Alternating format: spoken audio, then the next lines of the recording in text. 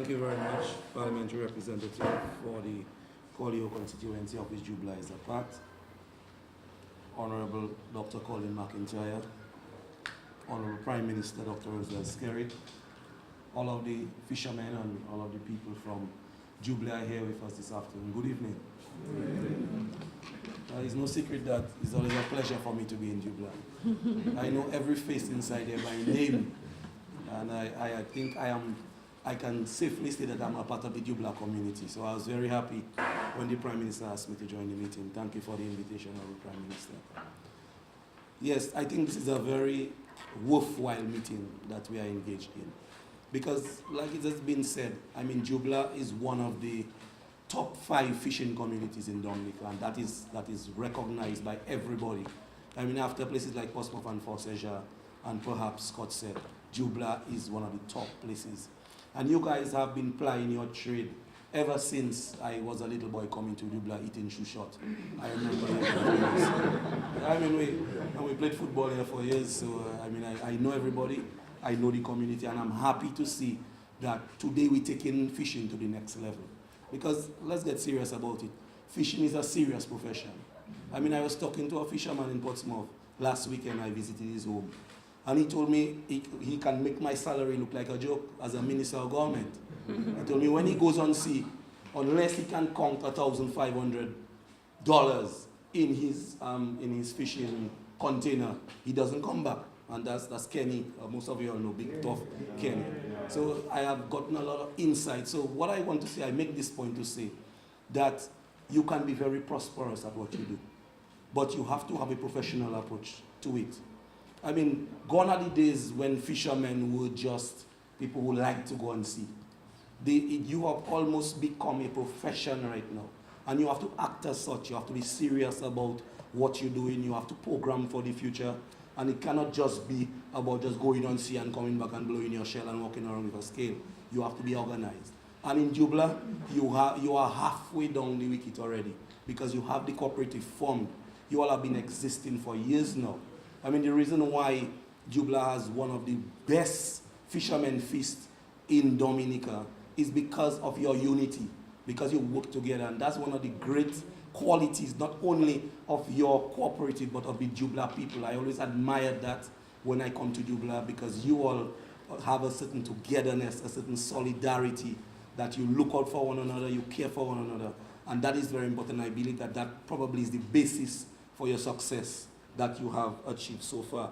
So there is tremendous opportunity. Right now we have hotels being built, and apart from Portsmouth, Dublanc is the closest communities to those hotels. So we have Silver Beach going up right now, which will be branded by a world brand Marriott. We have the Moroccan Hotel being finished in Portsmouth, and just to the north of the Moroccan Hotel, hardly 5 minutes walk, you have the Kapinski. We're talking about in the region of 500 rooms to be established on your doorstep in the next year or two. And that is a great opportunity for you to be able to have a contract with those establishments to supply fish to them on a regular basis as a cooperative. You can sign a contract on a yearly basis and they pay you, and you know that is just, we're just talking about the local opportunities. Right now, you know that in my ministry, Ministry of Trade, we have established 2 multi-purpose pack houses. And I want to tell you, the pack houses are not only for fresh produce, because we have people from Totola. There's a Dominican guy doing business in Totola. He comes to Dominica to buy fresh produce every 2 weeks with $40,000 in his pocket. And one of the things that he's looking for is every 2 weeks, he wants between 3,000 and 5,000 pounds of fish, frozen fish, to be exported to Totola. And that is an opportunity. In fact, we cannot get that right now. We're begging the Portsmouth fishermen, the archipelagic species that you speak about here. You guys are maybe experts on that. When we talk about yellowfin tuna and we talk about marlin and we talk about dowad, I'm not sure if there are more fishermen in Dominica who can rival the Dublanc fishermen when it comes to the archipelagic species. So you have a great opportunity to make fishing a profession, to become prosperous, to grow in your fishing, and to really make fishing a business. And that is why we are here. Never before in the political history of Dominica, we have had a prime minister and a government who is willing to come down to grassroots level, to people there to meet you, so that you can talk to him. You don't have to make no appointment and wait. You know, and this is a great opportunity for a prime minister who has such a busy schedule to take time off to come and sit down to listen to ordinary folk about how intangible, real ways we can change the lives of the people. To my mind, is marvelous. You have an excellent opportunity, and you just have to grab the bull by the horns right now and make it work. The cake is baked for you already. All you have to do is sit down and eat, and that is very great. So I want to tell you that keep up the cooperative spirit. I hope that you not only just have the group, but I hope you have a cooperative with members paying dues, either a subscription, or when you catch a certain amount of fish, a certain income goes back into the cooperative. Those things are important, and I'll tell you why. Because you have to now start thinking about insurance. Look at what happened to Shesh the other day at sea in the line of fire. If it was a policeman that got shot arresting a criminal, they would have some kind of insurance. If it was a nurse that got injured in the hospital, she would be able to have some kind of social security or some retirement plan. You are professionals in your own right, so you have to start thinking about having some kind of insurance. So if you have an injury, if you have a permanent disability, something can keep coming in on a monthly basis. Although yes, it's good that the Prime Minister has implemented the non-pension grant, the 70 and over. But you shouldn't wait till you're 70. An injury can occur before you are 70. That makes you unable to continue the trade. So you have a little insurance paying you a little thing. You can pay your mapping, pay your light.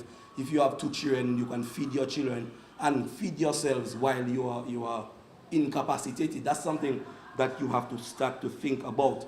Because I come to Dublanc and I see Shesh every day, and thank God the Prime Minister has stepped in and is assisting Shesh because he cannot go back to sea anymore. You have to think about this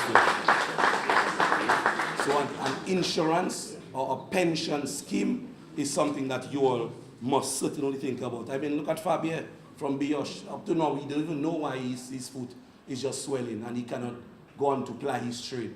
These are things that can happen in life. You have to think about those things, and as a cooperative, plan for those things, put things in order, so that, God forbid, the Labour Party is not in government anymore, or Honorable Roosevelt Skerrit decides to retire and go on to other things, go in a school to lecture or some university or something of that sort. You have something that can hold you in the hard times, in the difficult times of life. So think about those issues. Also too, I mean, you have to have an outlet, a fish shop. I'm happy I heard you speak about the house that the farmers have that you want to, because I believe or the container, you have to have an outlet so people passing on a regular basis can come and buy half a dough, can come and buy 2 pounds of marlin, can come and buy a tail of yellowfin tuna. Those things, you have to have that there, because that is your commodity. You're like a supermarket owner. That is your tool, or that is your trade. So you have to have something where people can come and they can sit down, a professional. You have a secretary taking your notes, taking your records. Okay, X, Y, and Z went on sea today. They came back with 32 pounds of fish. They came back with, they take 70 dough, whatever, and those things are recorded so that you can track your progress over time, over the years. You can look back and trace your development. You know, so these are some of the issues that I would really like to bring to the fore. And I'm happy that your pan rep is doing the filling station, so you don't have to go down to Portsmouth anymore. You can get your fuel the night before, fuel up your boats, because I know some of you leave before daybreak, 4 and 5 o'clock. You're ready to go and see. And those things are only happening again because the Prime Minister established serious friendship with Venezuela.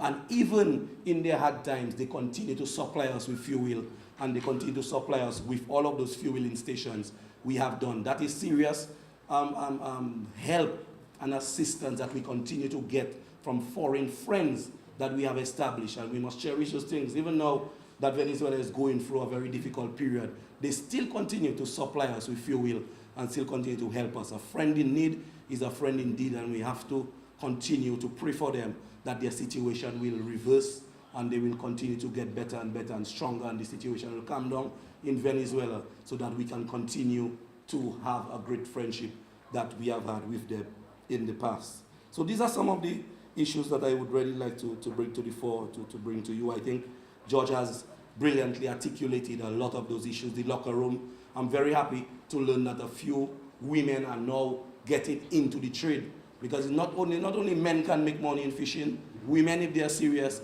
can get into fishing too, and I'm happy for that. You know, because like I told you, it's not a hobby anymore. It's not a pastime. It's a profession. Just like how I dress up with jacket and tie, and I have to go to work every day in the ministry, you have to get up at daybreak du jour, get ready your stuff, and go out there as a profession. A fad is a necessary thing that I hope you all have, because we have the fisheries division now with the help of the Japanese government establishing fads. A fad is a great way you establish your fad. Everybody can go on the fad and catch a little fish, and you maintain the fad together as a cooperative. That's something that you all have to have going forward. So once again, I'm happy to be here with you. I think today is a turning point in your lives, in your trade, and I would dare say in your profession. Look at it right now that you guys are professionals. Your office is at sea. When you get up in the morning, you put on your uniform, you put on your suits, and you go out to the office to do your work, to ply your trade, and to become the success story that you have already become. Once again, God bless you all, and I just, as I end, I just like to remember some of the fishermen who have, lost their lives at sea. We had 2 young fellas from Portsmouth who perished at sea, and even fellas like Shesh who was incapacitated at sea. Every time we go out, we must always remember those who have gone before us, even those who didn't lose their life at sea, but great people like Desmond who set a great platform upon which we build. It is on people like him, his shoulders, that we stand, that we have such a great fishing tradition and heritage in Dublanc today. Thank you very much.